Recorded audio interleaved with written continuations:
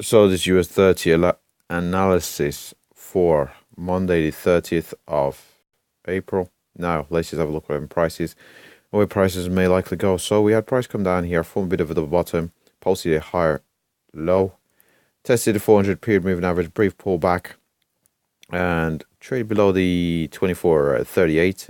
Traded back above it, held it as support. Had prices now come up towards this area of confluence of the 200 and 400 period moving averages, along with the 24.420. Now we've seen a decided slowdown in price momentum here. Prices have slowed down in terms of their acceleration.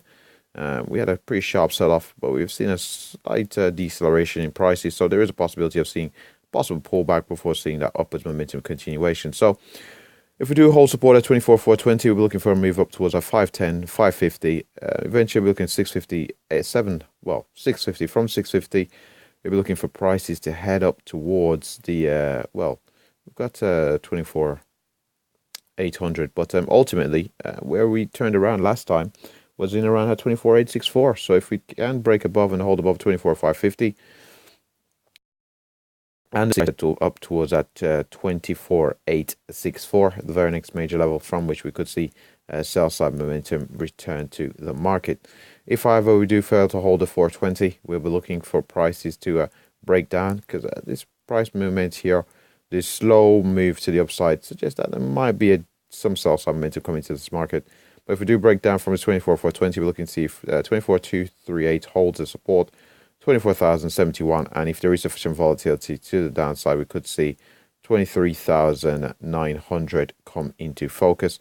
I would anticipate prices moving beyond the 23,900 level, and in around 23,900 level, we previously found some buy side momentum coming into the market in between that 23,900 and 23,800. It is a pretty big zone, but I'm more focused on the 23,900 for potential holding as support. Now, let's just have a look at the higher time frames, just see how prices are developing here on the US 30. So, right over to the monthly time frame.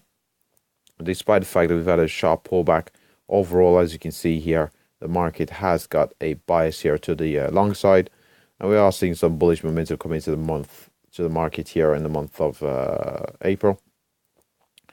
So April's supposed to close bullish, so we'll see whether we can break the highs of April and see upwards continuation, or whether we will be see further sell side momentum in the month of April to merely just a retracement. Now, for us to break the highs of the month there, 24,860, so level previously mentioned. And now we'll have a look at the weekly time frame.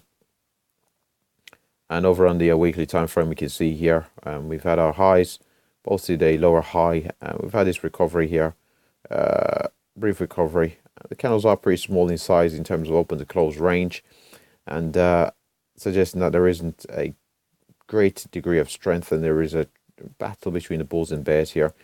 So there is a degree of indecision, despite the fact that this market has got a slight bias here to the upside. And we'll have a brief look here at the daily chart before wrapping up finally on the US 30. As we can see here, we've had our lows here. We posted a higher low in around 200 period moving average. Had a pretty sharp pullback, but again, we're seeing that bullish momentum coming to the market. So we'll look to see if we can break our previous highs there, or if we will turn around and post another lower high. Now, the significance of another lower high is the fact that we have had a high, lower high, a lower high still, lower high there. And if we do make a lower high, there is the possibility of testing that 200 period moving average here on the daily chart. And if we do break from there, we could really see an acceleration in the momentum to the downside. Now, with that said, that wraps up the US 30 analysis. Thanks for watching.